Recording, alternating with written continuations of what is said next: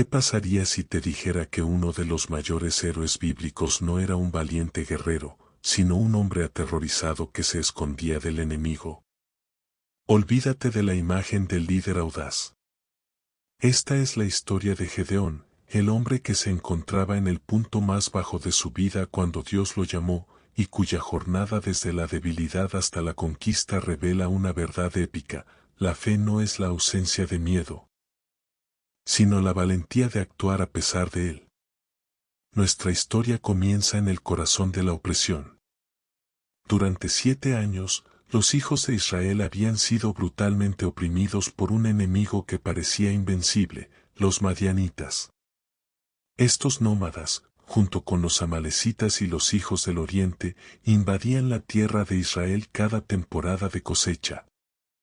Venían como una plaga de langostas, en una horda tan vasta que la Biblia la describe como sin número, como langostas. Su propósito no era la conquista, sino la aniquilación de los recursos de Israel. Destruían los cultivos, se llevaban el ganado y dejaban a la nación al borde de la hambruna. El pueblo de Israel, aterrorizado, se había visto obligado a abandonar las llanuras fértiles y a refugiarse en cuevas y fortificaciones en las montañas, un acto de cobardía que reflejaba la desesperanza de su situación. En este panorama de miedo y sumisión, conocemos a nuestro héroe. No lo encontramos liderando un ejército o dando un discurso. Lo encontramos escondido en un lugar inesperado. Gedeón, el hijo de Joás de la tribu de Manasés, estaba en el lagar, un lugar donde se pisaba la uva para hacer vino. Pero Gedeón no estaba haciendo vino. Estaba golpeando el trigo en el lagar para esconderlo de los madianitas. El lagar estaba en un pozo, por lo que era el lugar perfecto para esconderse. Era un acto de cobardía, un acto de desesperación que nos revela su estado mental. El lagar no era un lugar para trillar, era un lugar para esconderse. Gedeón no era un líder, era un hombre que vivía en el miedo, preocupado por sobrevivir día a día, un hombre cuyo espíritu estaba roto. Y fue precisamente en ese momento, en la oscuridad del lagar, que la luz de Dios lo encontró. Un ángel del Señor se le apareció y le dijo la frase más impactante que un hombre en su condición podría escuchar: Jehová está contigo, varón esforzado y valiente. La frase es un golpe de ironía. Gedeón estaba todo menos valiente. Estaba asustado, escondido, temblando. Su respuesta no fue de fe, sino de duda. Si Jehová está con nosotros, ¿por qué nos ha sobrevenido todo esto? ¿Dónde están todas sus maravillas que nuestros padres nos han contado?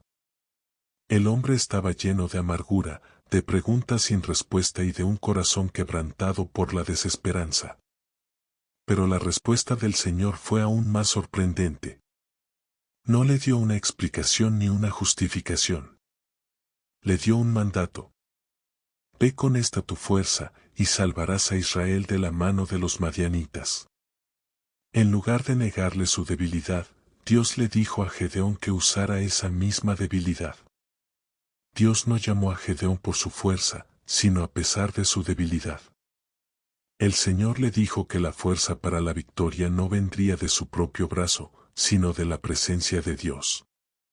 La inseguridad de Gedeón no desapareció, de hecho, se hizo aún más evidente. Él respondió con una humildad que rozaba la cobardía. ¿Con qué salvaré yo a Israel? He aquí que mi familia es la más pobre en Manasés, y yo el menor en la casa de mi padre. Su respuesta era una de las más grandes excusas de la historia bíblica. No soy nadie. Mi familia no es nada. No tengo el poder, no tengo la influencia. No soy digno. A pesar de todo, la respuesta de Dios fue la única que importaba: ciertamente yo estaré contigo, y derrotarás a los madianitas como a un solo hombre. La primera prueba de Gedeón no fue contra los madianitas, sino contra el miedo que lo había paralizado. El ángel del Señor se fue, pero Gedeón aún no se atrevía a creer. Él le dijo al Señor: si he hallado gracia delante de tus ojos, dame señal de que tú has hablado conmigo. Y el Señor, en su paciencia infinita, le dio una señal. El ángel se quedó, y Gedeón le preparó una ofrenda de carne, pan y caldo. Gedeón no sabía que el que estaba frente a él era un enviado de Dios, pero el ángel tocó la ofrenda con un bastón y un fuego salió de la roca, consumiendo la ofrenda. Era un milagro personal para un hombre lleno de dudas, una señal de que el Dios de sus padres estaba con él. Gedeón se dio cuenta de quién era el que había estado con él, y temió por su vida.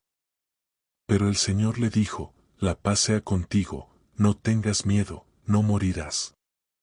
La historia de Gedeón, la épica del hombre que tenía más miedo a su llamado que a sus enemigos, apenas había comenzado. Él había recibido una señal, una confirmación de la voluntad de Dios. Pero su viaje desde el miedo a la fe requería un paso más. El primer acto de valentía que Gedeón tendría que realizar no sería contra un ejército extranjero, sino contra su propio pueblo y la idolatría que los había llevado a la opresión. El primer acto de valentía de Gedeón no fue contra el ejército madianita, sino contra el miedo y la idolatría de su propia casa. Esa misma noche, el Señor le dio un mandato que pondría a prueba la fe que acababa de nacer en su corazón. Toma el toro de tu padre, el segundo toro de 7 años, y derriba el altar de Baal que tiene tu padre, y corta la imagen de acera que está junto a él. El corazón de Gedeón debió haber temblado de terror. No solo le estaba pidiendo que derribara el altar de un dios pagano, sino que lo hiciera con el altar de su propio padre, el altar que la comunidad había levantado. Este era un acto de traición a su familia, a su comunidad, y era un desafío directo a la idolatría que había llevado a su pueblo a la opresión. Aún lleno de miedo, Gedeón no lo dudó. No lo hizo en público ni a la luz del día. Tomó a 10 de sus siervos y, bajo el manto de la oscuridad, derribó el altar de Baal. Con el mismo miedo con el que había trillado el trigo, derribó el ídolo. Cortó la imagen de acera y, en un acto que unía la fe y el pragmatismo, construyó un nuevo altar con las piedras del altar de Baal y usó la madera de la imagen de acera para quemar la ofrenda a Jehová. El acto de Gedeón era un símbolo perfecto, usó los mismos instrumentos del pecado de su pueblo para redimirlos y adorar al Dios verdadero. La mañana siguiente, la comunidad se levantó con una furia. Al ver el altar de Baal derribado, supieron al instante quién había sido el responsable, y gritaron con una sed de venganza, «Saca a tu hijo para que muera, porque ha derribado el altar de Baal». El miedo de Gedeón se hizo real. La amenaza de muerte no vino de los madianitas, sino de su propio pueblo, el mismo pueblo que él había sido llamado a salvar. Pero entonces, su padre, Joás, el mismo que había levantado el altar de Baal, se levantó en defensa de su hijo. Y su respuesta fue una de las más audaces de la historia bíblica. Con un desafío que resonaba con la lógica divina, Joás le dijo a la multitud, si Baal es un dios, que contienda por sí mismo con el que derribó su altar. Su respuesta fue un acto de fe que protegía a su hijo y demostraba la impotencia de un ídolo mudo. Baal no podía defenderse a sí mismo. No era nada. La ira de la multitud se desvaneció, y en lugar de matar a Gedeón, le dieron un nuevo nombre, Jerobaal, que significa que Baal contienda con él. En la oscuridad de la noche, Gedeón había encontrado la fuerza para derribar un ídolo. A la luz del día, su padre había defendido al Dios verdadero y le había dado un nuevo nombre que lo identificaba no como un cobarde, sino como un contendiente contra la idolatría. Con este primer gran triunfo, la fe de Gedeón se fortaleció. Sopló el cuerno, la trompeta de guerra, y el espíritu de Jehová vino sobre él. Las tribus de Manasés, Aser, Zabulón y Neftalí respondieron a su llamado. Un ejército, impulsado por el Espíritu de Dios, comenzó a formarse. De ser un hombre que se escondía del enemigo, Gedeón se había convertido en un líder de hombres. Pero su naturaleza, propensa a la inseguridad, lo asaltó una vez más. A pesar de haber visto el fuego del ángel, a pesar de haber derribado el altar de Baal y de que su propio padre lo hubiera defendido, la duda volvió a su corazón. Y es en este punto de la historia donde vemos la paciencia infinita de Dios con nuestras debilidades. Gedeón, con un ejército en marcha, necesitaba una confirmación más. Le pidió a Dios una señal más, una prueba personal y tangible que confirmara la voluntad del Señor. Le dijo a Dios, si has de salvar a Israel por mi mano, como lo has dicho, he aquí que yo pondré un vellón de lana en la era, si el rocío estuviere en el vellón solamente, y en toda la tierra hubiere sequedad.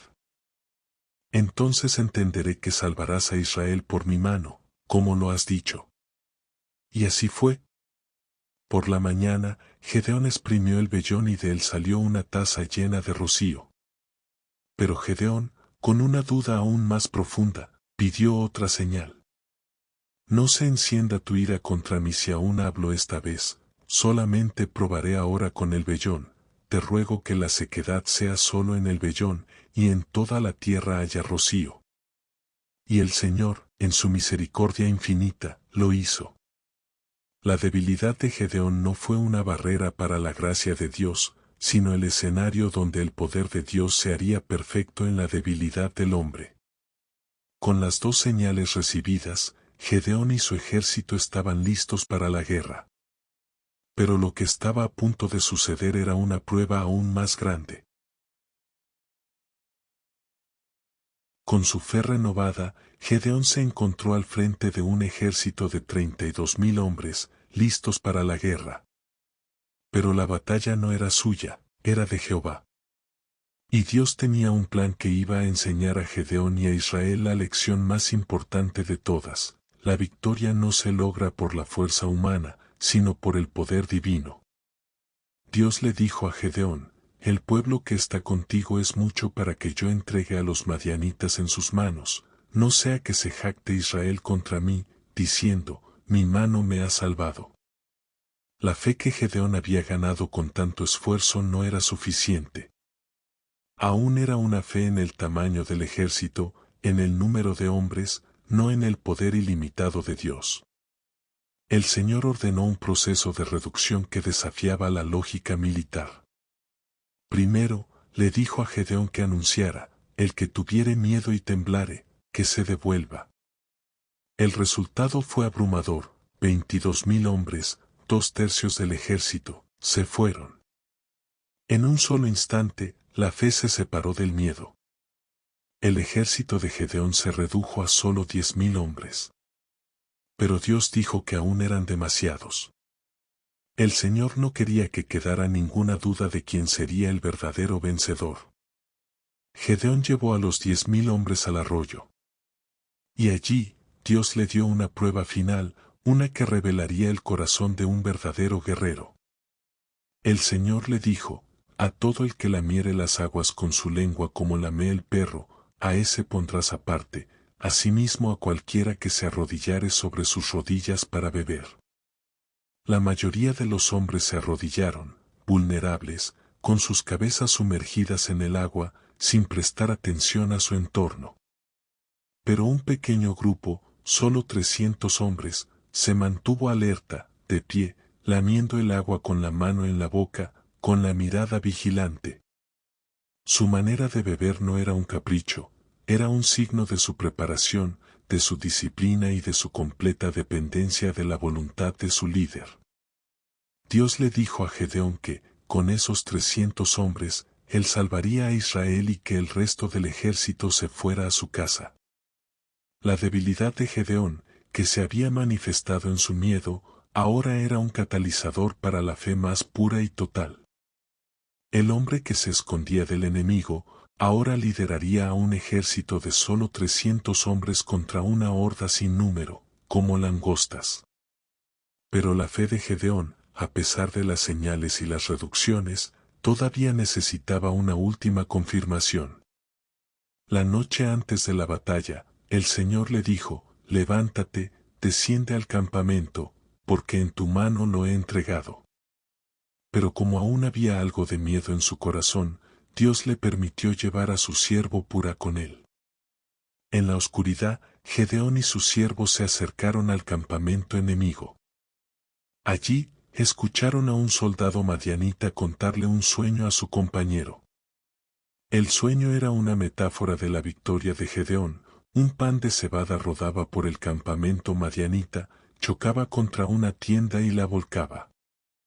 El pan de cebada era una comida de campesinos, humilde, pero el soñador, en su desesperación, lo vio como un arma letal. Su compañero interpretó el sueño con una verdad que perforó el corazón de Gedeón. Esto no es otra cosa sino la espada de Gedeón, hijo de Joás, varón de Israel. Dios ha entregado en sus manos a los madianitas con todo el campamento. En ese instante, la fe de Gedeón se solidificó. No solo había recibido una señal de Dios, había recibido una confesión de su enemigo.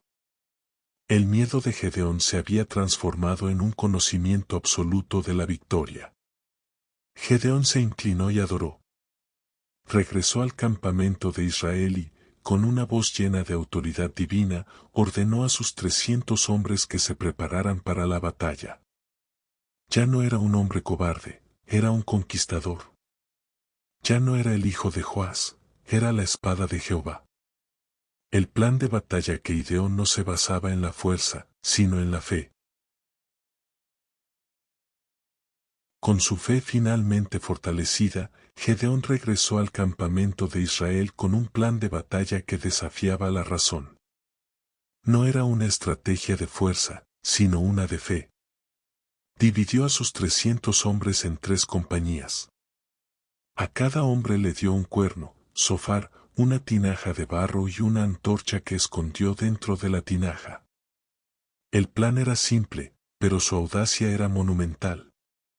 Debían rodear el vasto campamento de los madianitas, y a una señal de Gedeón, todos debían tocar sus cuernos, romper sus tinajas y gritar, creando la ilusión de un ejército masivo. No se basarían en la fuerza de sus espadas, sino en el poder del terror psicológico, una estrategia que solo podía haber sido inspirada por el mismo Dios. En la oscuridad de la noche, justo después del cambio de guardia, cuando el campamento madianita estaba más vulnerable y adormecido, Gedeón dio la señal.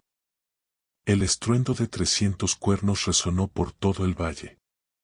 Al mismo tiempo, los 300 hombres rompieron sus tinajas. El sonido de los cuernos y el estallido de la arcilla fue ensordecedor. Y al ver las 300 antorchas encendidas, que se multiplicaban en la oscuridad, los madianitas creyeron que estaban rodeados por un ejército inmenso. Y en el eco de ese sonido, los 300 hombres gritaron al unísono con un grito de guerra que helaría la sangre del enemigo, por Jehová y por Gedeón.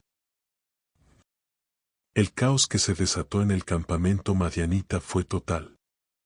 El pánico se apoderó de ellos. En su confusión, comenzaron a luchar entre sí, matándose los unos a los otros. El terror era tan grande que los madianitas huyeron, tropezando y peleando en la oscuridad, en una retirada desordenada. Los 300 hombres de Gedeón no tuvieron que pelear.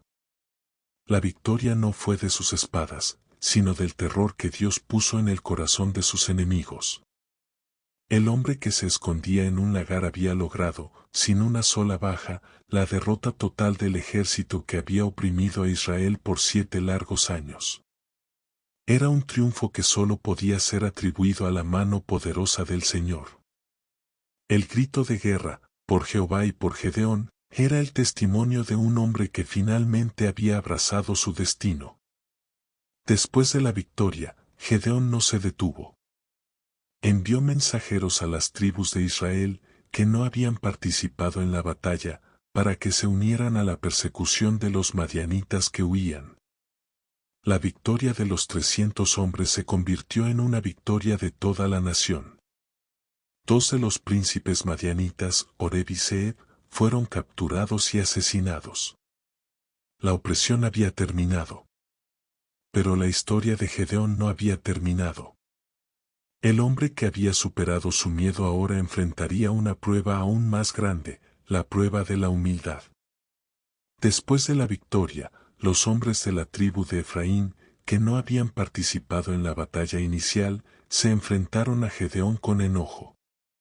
Le dijeron: ¿Qué es esto que has hecho con nosotros, no llamándonos cuando ibas a la guerra contra los madianitas? El orgullo había regresado a su corazón, y querían parte de la gloria. Y Gedeón, el hombre que una vez fue cobarde, mostró una sabiduría y una humildad que un líder rara vez tiene. Con una respuesta que desarmó por completo a sus oponentes, les dijo: ¿Qué he hecho yo ahora en comparación con vosotros? ¿No es el espigueo de Efraín más que la vendimia de Abiezer? Con palabras de gracia, Gedeón se dio la gloria, reconociendo el importante papel de Efraín en la persecución. El hombre que había sido llamado de la nada, entendía que el éxito no era suyo, sino de Dios. Pero su historia, su jornada, aún no había terminado. Después de la victoria y la humildad, Gedeón enfrentaría su prueba final, la prueba de la fe al final de una larga vida. El hombre que había superado su miedo ahora enfrentaría su prueba final, la prueba de la fe al final de una larga vida. Los hombres de Israel, ebrios de victoria, se acercaron a Gedeón y le dijeron: «Gobierna sobre nosotros, tú y tu hijo, y tu nieto también, pues que nos has librado de la mano de Madián». La tentación del poder era inmensa. El hombre que una vez fue el más humilde de su familia ahora tenía la oportunidad de establecer una dinastía real. Pero Gedeón, recordando de dónde venía su fuerza, respondió con una humildad que resplandecía con la luz de la verdad: «No gobernaré sobre vosotros, ni mi hijo gobernará sobre vosotros, Jehová gobernará sobre vosotros». Era una declaración monumental, un recordatorio para todo Israel de que su verdadera victoria no había sido de Gedeón, sino del Dios que lo había llamado. Él había pasado la prueba del poder. Pero Gedeón, aunque un hombre de fe, aún era un hombre de debilidad. Y en la cúspide de su victoria, cometió un error que tendría consecuencias trágicas y profundas para su nación. Les pidió a los israelitas un tributo, no para sí mismo, sino para una causa que parecía noble. Les dijo que cada hombre le diera los arcillos de oro de su botín. Los israelitas, con el corazón lleno de gratitud, le dieron su botín de guerra, y Gedeón recibió cerca de 1700 siclos de oro. Y con ese oro, el hombre que había derribado el altar de Baal, el hombre que había visto la mano de Dios en la victoria, hizo un efod. El efod era una vestidura sacerdotal, un símbolo de la cercanía a Dios. Gedeón lo puso en su ciudad de Ofra, y se convirtió en una trampa para todo Israel.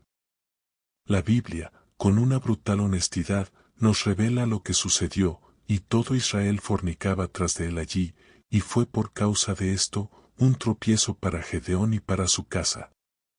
La intención de Gedeón pudo haber sido buena, tal vez quería un lugar donde la gente pudiera venir a adorar a Jehová. Pero su acción fue una forma de idolatría. La gente no adoró a Jehová, sino al objeto que había hecho Gedeón. El efod se convirtió en un ídolo, un lugar de adoración que distraía a la gente del verdadero Dios. El hombre que había liberado a su pueblo de la idolatría, sin saberlo, los condujo de nuevo a ella. La historia de Gedeón termina con un trágico recordatorio de que incluso los héroes de la fe pueden caer, y que la debilidad personal, si no se mantiene bajo control, puede tener un impacto devastador. Y así, Gedeón, después de haber juzgado a Israel por 40 años, murió en paz, en una buena vejez, y fue sepultado en el sepulcro de su padre. Pero su muerte fue el catalizador de una nueva caída para Israel. La Biblia nos dice que tan pronto como Gedeón murió, los hijos de Israel volvieron a fornicar tras los Baales, e hicieron de Baal Berit su dios. La fe de Gedeón no se había transferido a la nación. La victoria que había ganado no duró. La idolatría que él había combatido regresó con una furia aún mayor, un testimonio de que la fe personal, por más poderosa que sea, no es suficiente para redimir a una nación. La historia de Gedeón, con todos sus triunfos y sus fracasos, es una profunda profecía de Jesús. Gedeón era un libertador, pero un libertador imperfecto. Él liberó a su pueblo de sus enemigos, pero no pudo liberarlos de su propio pecado. Él era un líder que temía, que dudaba, que se equivocaba. Jesús, en cambio, es el libertador perfecto. Él no era un hombre de debilidad, sino un hombre que enfrentó el miedo y la duda con una fe inquebrantable en el Padre. Él no liberó a su pueblo de una nación opresora, sino del pecado y la muerte. Y a diferencia de Gedeón, cuya obra no duró después de su muerte, la obra de Jesús es eterna. La victoria de Gedeón fue por un tiempo, la victoria de Jesús es para siempre. Si esta historia de debilidad, fe y la necesidad de un Salvador perfecto ha resonado contigo, dale me gusta a este video y suscríbete para que no te pierdas nuestras próximas historias. Nos encantaría saber de ti. ¿Qué te ha enseñado la historia de Gedeón sobre el miedo y la fe? ¿Has experimentado cómo Dios puede usar tu debilidad para mostrar su poder? Deja tu testimonio en los comentarios. Recuerda, la debilidad humana es el lienzo donde Dios pinta sus mayores milagros.